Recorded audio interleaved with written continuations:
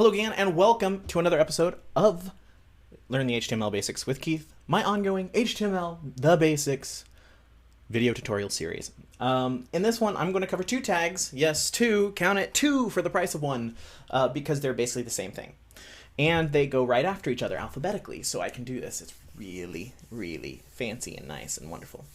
Anyways, what I'm going to show you is the cite and the code tag. Now, they aren't really too terribly useful anymore, but they're not deprecated, meaning that they're still in the spec for HTML5, and they are still valid HTML5 elements, and you should still be able to use them. And the interesting thing about them is that basically renders text in a very specific way. In the case of cite, it's supposed to be used to define a citation. So it kind of changes like the way the font looks, the size a little bit. So it's whatever your font's set to, it'll shrink it a little bit. It'll space out the letters a little bit so it looks more like a written citation.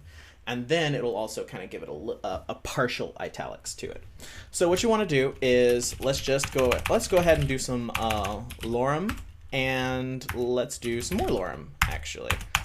So let's do two lorems. We're going double for nothing on this one.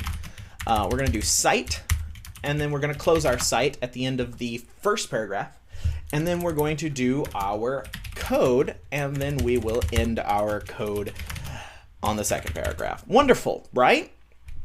So let's go ahead and save this off and take a look. You'll see, oh wow, they look very different. They're kind of smashed together. So I'm going to put a line break in there, which if you don't know what a line break is, you should check out my previous video and find out how to do a BR tag and what it does.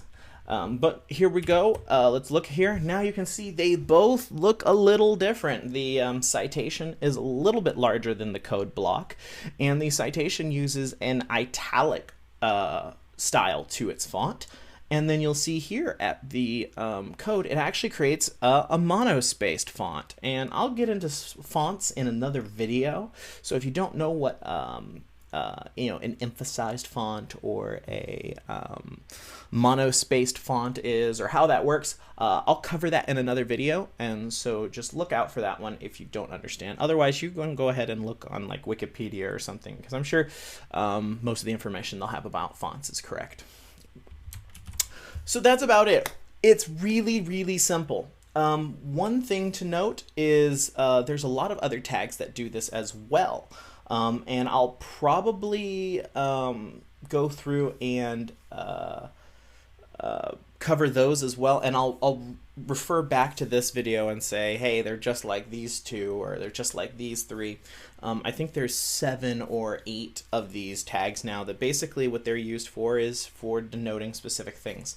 Now, it is really nice to do citations and code using these blocks because all modern browsers actually look at these a little differently than it will look at divs or paragraph tags or anything. But the only problem is you don't really want to use CSS on them.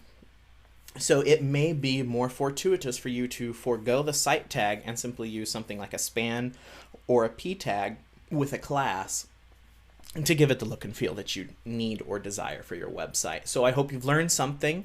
Next time you're writing a research paper and you post it to the internet, make sure to use your cite tags. And I hope you learned something and enjoyed it. Peace.